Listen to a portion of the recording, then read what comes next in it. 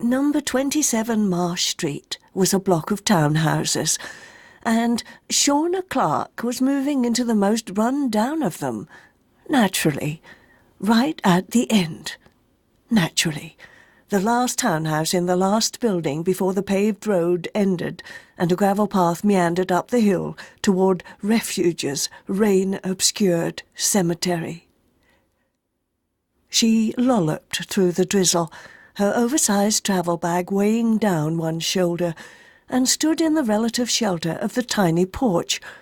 She pushed her fingers into a wet pocket, searching for the key she had been given at the real estate office. In her oversized shirt and loose jeans, her belly could still be mistaken for the beginnings of a paunch. More likely she'd be frowned upon by the other girls for not looking after her shape than to gain the attention of clucky, middle-aged women. It wouldn't be long now until she'd have to switch to sloppy tracksuits, give in to her changing shape, and the bubba growing low in her belly. She wondered how long it would be before the older women of the town would ask questions about the baby's father, and she'd become a reviled welfare mother. But perhaps Refuge wouldn't be like that. Perhaps people would have more to occupy them than worrying about the pregnant girl who'd moved in up the street. She'd fit in, she told herself. She'd go out shopping like a normal person. She'd catch the bus to the beach. She'd check out daycare centres and kindergartens and schools. She'd go to bazaars at the local church. She'd drop in, briefly, to the local tavern. And perhaps this time Adam wouldn't find her. Not that he was likely to try hard, of course.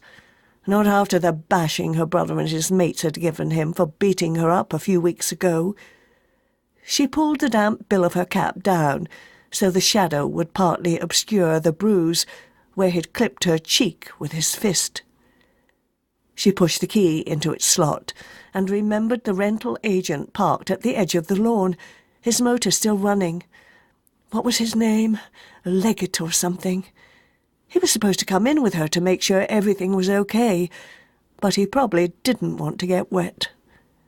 She waved him off and turned back, her 5 months pregnant belly brushing against the jamb as the door creaked open. It was gloomy inside, dust motes floating in the rays of light that filtered through some open windows. The drip of a tap broke the silence. The furniture was functional, if sparse, but it was part of the reason she'd jumped at the offer. Adam could keep the second-hand table and chairs. He was welcome to the old sofa with a broken spring that would stick in your bum if you weren't careful where you sat. She'd miss his giant plasma TV, of course, but not the whole weekends when there was nothing but footy or cricket and his boozy mates. She didn't know how long it would be, her home. It was emergency housing arranged by Refuge Shelter to help battered women, distressed families and the like. She dropped the bag just inside the door and found the light switch. There was a sizable kitchen and living area downstairs and 2 bedrooms on the upper level. A room for me, she thought, and one for Bubs. She patted her belly, thought of the little spark of life growing in there. From the ground floor she could see only one doorway and an old wooden cupboard with a full-length mirror on the landing upstairs. There was a puddle of water on the stone floor at the bottom of the stairs, evidence of a recent inspection. She mopped it up with a towel, one of only 2 she had managed to cram into her bag.